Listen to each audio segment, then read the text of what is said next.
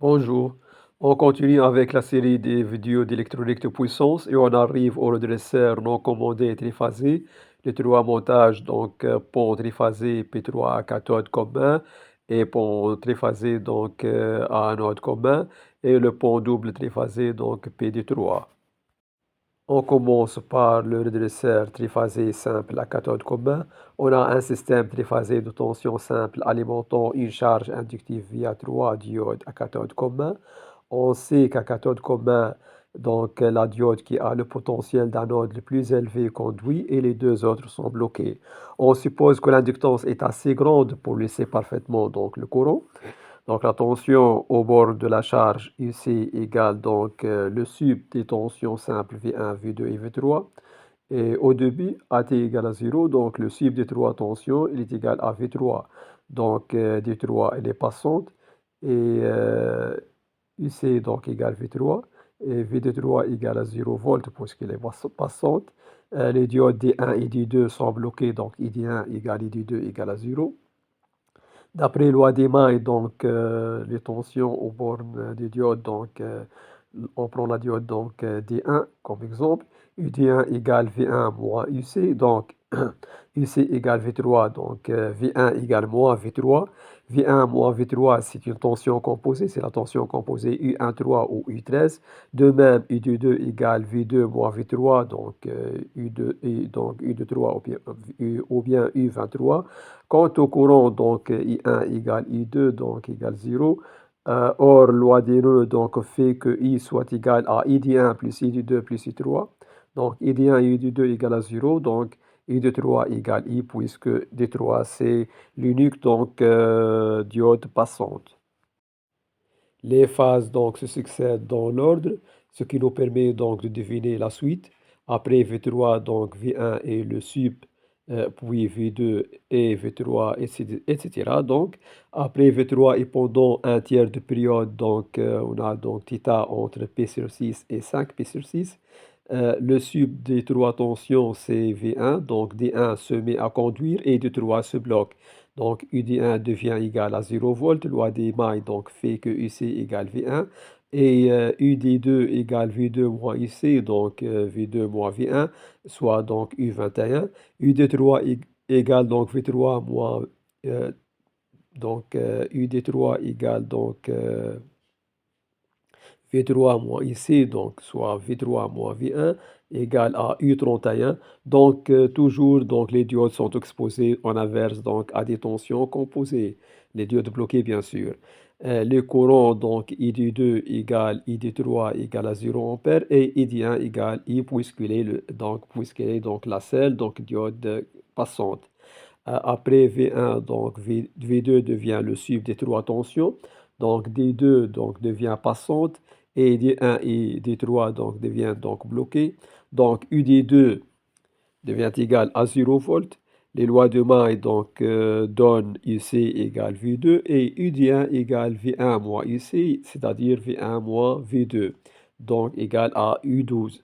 UD3 égale V3 moins UC, égal à V3 moins V2, c'est-à-dire U32. Donc toujours, on a des composants, des tensions composées au bord des diodes bloquées. Et les courants, ID1 et ID3 sont, ID1 et ID3 sont nuls puisque sont bloqués. Et I2 égale I1 puisqu'elle est la seule diode passante. Donc, on obtient une tension périodique de période de pi sur 3, UC moyenne. Pour obtenir la moyenne de UC, on intègre UC sur l'intervalle de pi sur 6 à 5 pi sur 6 et on divise par la période de pi sur 3. On rappelle que le primitif du sinus égale moins cosinus et que cosinus pi sur 6 égale moins cosinus 5 pi sur 6 égale racine de 3 sur 2. Et après tout calcul fait, on obtient UC moyenne égale 3 fois racine de 3 fois Vmax sur 2pi. La tension efficace passe par la moyenne de UC au carré. La moyenne du carré de UC efficace, pour l'obtenir, il faut intégrer UC carré qui est Vmax au carré fois sinus au carré θ sur l'intervalle de pi sur 6 à 5 pi sur 6. Donc, divisé donc par la période qui est de pi sur 3.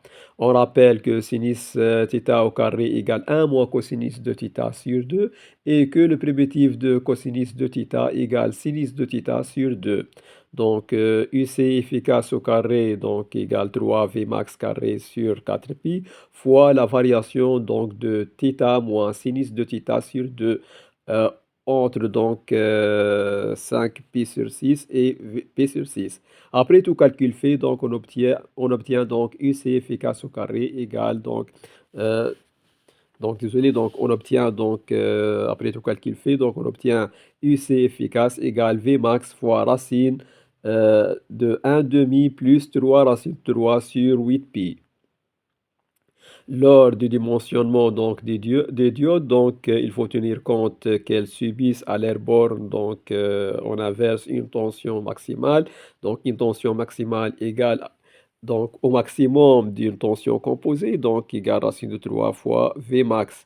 Et que chaque diode donc conduit donc l'espace, donc lorsqu'elle conduit donc elle laisse passer donc elle conduit donc pendant un tiers de période, donc elle laisse passer un courant donc I pendant un tiers de période. Donc, donc le courant donc direct moyen donc par courant chaque diode, il sera égal à I sur 3. Donc, donc c'est une constante. Donc, on intègre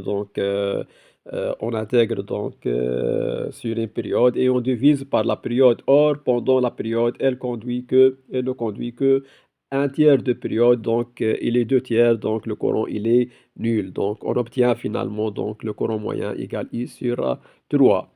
Donc, lors du dimensionnement, donc, on choisit une diode avec VRRM donc supérieur à racine de 3 V max et IF donc supérieur à I sur 3. Donc, notez bien que le potentiel du cathode commun, donc V4 égale sup de des tensions simples, donc V1, V2 et V3. Donc, ça va servir donc euh, lorsqu'on va donc étudier donc le montage PD3.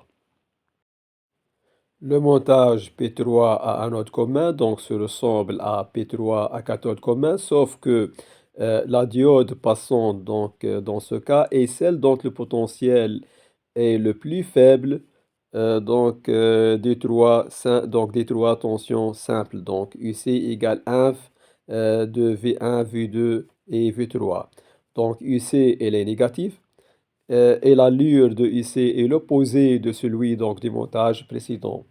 Donc, après tout calcul fait, donc on obtient UC moyenne égale moins 3 fois racine de 3 sur 2 pi V max. Donc, il ressemble donc à celui, donc, c'est le même que celui donc, du montage précédent avec sin moins. Euh, la tension efficace, donc IC efficace, est le même vu que le carré de IC donc, reste le même. Les diodes bloquées subissent toujours, donc on inverse des tensions composées, donc VRRM donc, doit être supérieur à racine de 3 Vmax. Et les courants donc traversant les diodes sont orientés des cathodes vers l'anode, donc ils sont tous donc négatifs.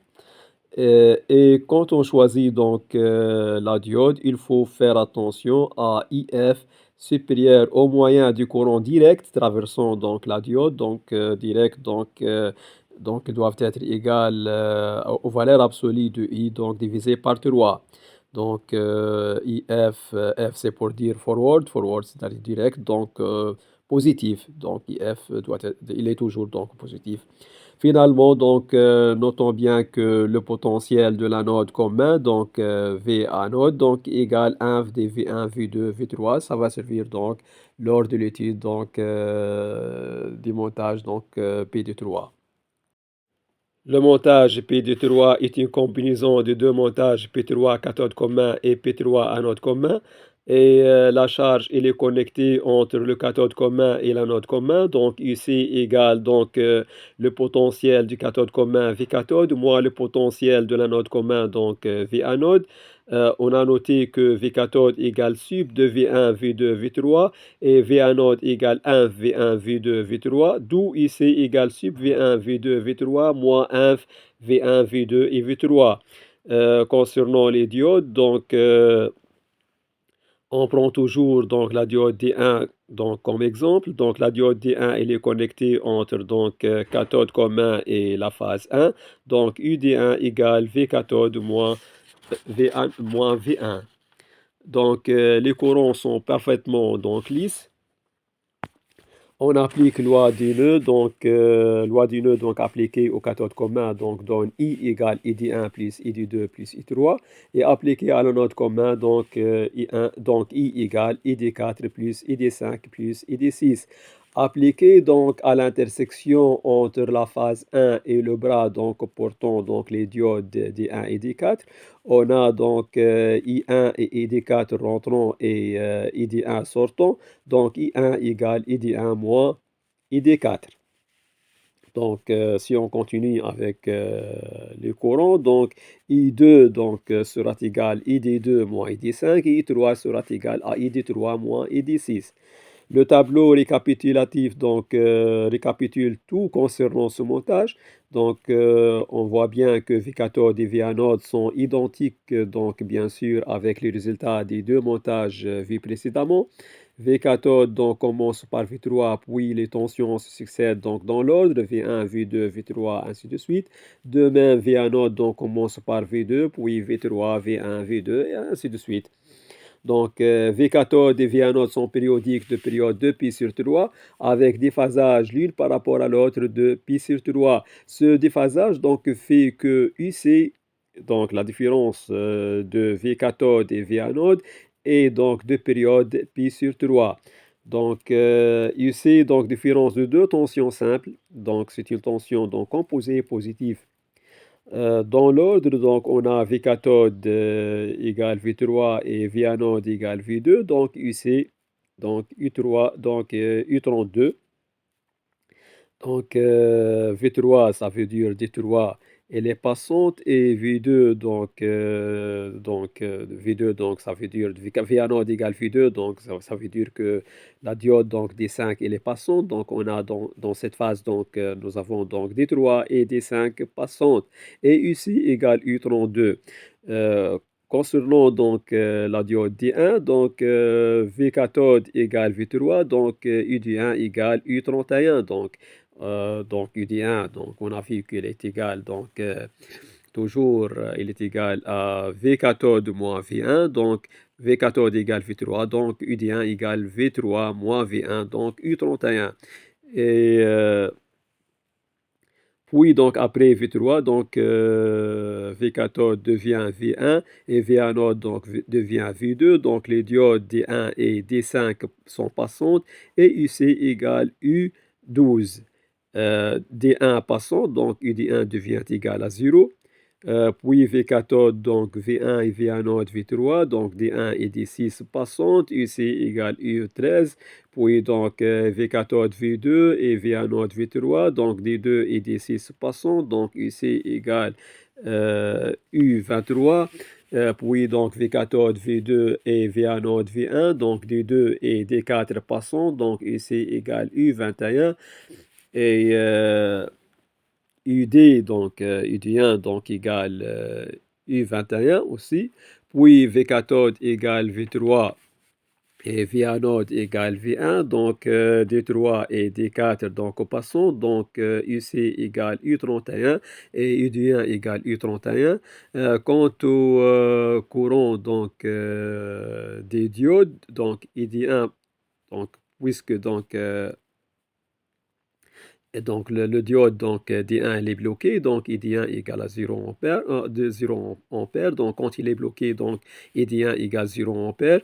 Et si donc la diode D1 elle est passante, donc ID1 égale I.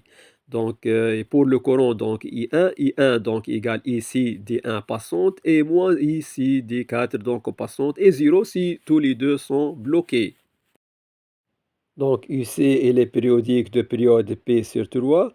et elle est toujours donc une tension composée. Donc, les tensions composées, on sait bien qu'ils sont déphasés de pi sur 6 par rapport aux tensions simples. Donc, on intègre U max sinus de θ plus P sur 6 sur l'intervalle de P sur 6 à P sur 2 et on divise sur la période P sur 3 pour obtenir donc la tension moyenne. Donc, UC moyenne égale donc 3 fois I max sur pi. On calcule donc la moyenne de ici carré et on déduit ensuite donc UC efficace égale U max, donc racine de 1 demi plus 3 fois racine de 3 sur 4 pi. Donc les diodes bloqués donc subissent toujours donc une tension composée donc à l'air borne en inverse.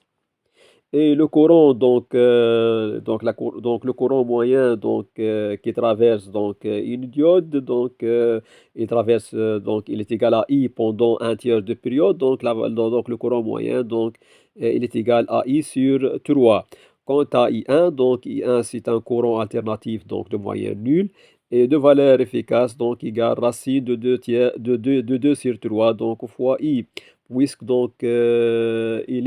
il est passant pendant 2 tiers de période avec la valeur absolue avec valeur absolue égale à I. Donc la valeur efficace sera donc racine de 2 tiers fois I.